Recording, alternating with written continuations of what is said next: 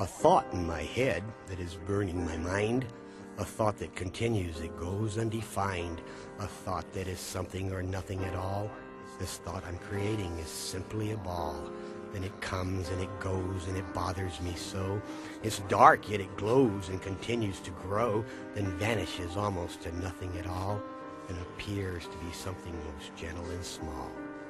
Then out of the darkness it glimmers and shines. It spins like a spiral climbing its vine, endlessly driving me out of my mind, oh my mind, my mind. What is this blasted thing in my head? I am sure it has lasted enough years to be dead. At least that is what my psychiatrist said. But what does he know what dwells in my head? It's a spirit, I'm certain, having traveled through space, and he's parked here, I'm certain, and he hides in my face. And I pull down my curtain and feel his embrace, and close now my eyelids and ask for God's grace. Then darkness surrounds me, a blanket of black. This demon astounds me, he sneaks up from back, and then suddenly flashing, he attacks from the rear. As something is crashing, he speaks in my ear. Rock, it's nostalgic! How long can this last? Be back in a sec, I heard him say fast. I count the first second, the next moment's past. He comes in the second moment at last. And I gaze in his eyeball, his brow and his lid. I've waited till nightfall to see what he did, and listened most careful to all that he said, yet still I am fearful of losing my head. Come forth, fine demon, escape from my mind, for before long I'll leave you behind. I'll pay you no mention and pay you no mind, for your convention is that of the blind. You're just a creation, a parasite of my mind, and you dwell in my thought, and you're something much less than a penthouse for paupers creating a mess. A jovial chap you truly might be, yet never a clap shall you hear from me, for applause is for beauty and claps of disease that renders you helpless to crawl on your knees. Begone now, fine serpent, and flee from my sight.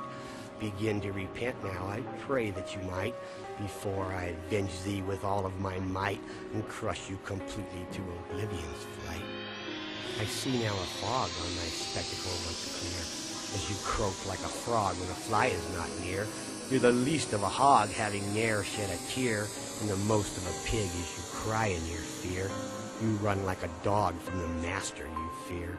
Farewell, feathered demon, fly well as a seaman, or land in thy ocean, yet never to land. For I've sent you a cruising to a distant land, of nowhere, of no one, of none that I've known, for it was within me you first called home. And now you have left me, I'm here all alone. Solitude is joy that you've never known, 'cause you're awkward and clumsy, you can't stand alone. You're less than an idiot who's lost his own home, like the patriot parrot who flew from his cage, in a moment unrational, in a spirit of rage. Now you gawk for your cracker, and you cry for your feed, and you scream and you pester, yet no one takes heed, for you left your first master, 'twas your feeder indeed. So you bleed like a bleeder, you always will bleed. You're not but a beggar, you do no good deed. I venture to say there is no one you need. Now demon or parrot or whatever you are, I know you're a spirit, I know you've flown far. You're your own pilot, and that's all that you are. So vanish completely now, never appear. For I am now certain it's but I who can hear your squawking and gawking and crying with fear. For certain you know your destruction is near. For I am the destroyer, the master you fear. For I am your creator, your end is here. Your enemy is fear. You're dying, you're dying, you're dying, my dear. Patriot pauper of a parrot, stand clear. You're nay but a spirit, you've never been here. Sitting silently, solo and lonely, singing softly, slowly and gently, knowing only the songbird is lonely. Truth is all and nothing is less. Love is more, nonetheless. It's truly a ball, as I recall, to not get an answer and still get a yes. Considering less could be quite a mess unless the answer is yes. And yes, of course, could be much worse, and worthless, of course, when said to mean less than yes. Such as a bush that's beat around, much as it's crushed into the ground, by the concrete feet so often found upon the streets where they are bound to the jungle gods of Jungle Town, asphalt land and asphalt ground, where mountainous pillars created by man topple and crumble at his command, and crash and rumble as they land upon the hand of Jungle Man. I've seen this man, I've heard him scream, I've seen his hand in a gory dream of gaudy goblins and soddy streams of murky water, or so it seems. Yet who remembers all that's seen upon the screen of a dream, or in a dream serene, entrapped between the lapse of time and a time machine, and in the space of nothing more and nothing less than can be seen in this lapse of time in a time machine? People ask often if I'm joking, and where I've been and what I'm smoking, or is that your number on that token, or view a card with your number written? 049. Oh, that's fine. Sorry to bother, but the law is written. Enter in, brother, the boss is waiting, in there sitting, anticipating, contemplating where you've been while he's been waiting.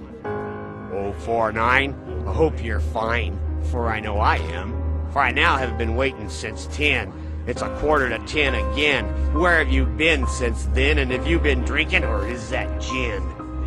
Well, I've been nowhere since before then, so now we know it's 10, but then again, 10 when? Did it begin at 10, or was that a quarter before it should end?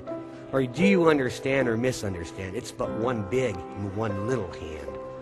Knock off the nonsense, you blithering fool. Have you your sixpence, for you know the rule.